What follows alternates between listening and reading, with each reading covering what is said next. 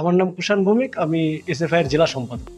আমরা এই জেলায় 16 এবং 17ই মে 2 ডিভিশনে, একটা ইসলামপুর এবং একটা রায়গঞ্জে সাধারণ ছাত্রছাত্রীদেরকে নিয়ে একটি কর্মী সভার আয়োজন করেছি, যেখানে সাধারণ ছাত্রছাত্রীদের এই সময় দাঁড়িয়ে পড়াশোনা করতে গিয়ে কি অসুবিধার মধ্যে পড়তে হচ্ছে সেগুলো শোনার চেষ্টা করছি, এবং এই সমাধানের জন্য একমাত্র রাস্তা এখন পথ দখল।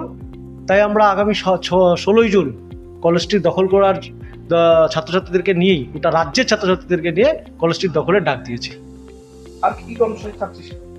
16ই জুন গোটা রাজ্যের ছাত্রছাত্রীদেরকে নিয়ে সেখানে আমাদের সমাবেশ হবে ছাত্রদেরকে নিয়ে।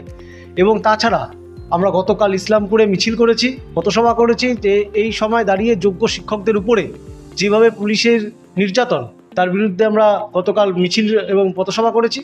এবং এই সময় দাঁড়িয়ে স্কুল কলেজগুলিতে যেভাবে দুর্নীতি হচ্ছে, এই কলেজে ভর্তি শুরু হয়েছে, অনার্স বিক্রি হচ্ছে, কলেজের বিভিন্ন ডিপার্টমেন্টে দুর্নীতি হচ্ছে। রায়গঞ্জ বিশ্ববিদ্যালয়ের একটা বিল্ডিং 7 বছর ধরে আটকা পড়ে আছে, এখন পর্যন্ত তার কোনো রকম সুরাহা হয়নি, বিল্ডিং চালু হয়নি। এই যে এই দুর্নীতিগুলোর বিরুদ্ধেই আমরা লড়াই সংগ্রাম করছি।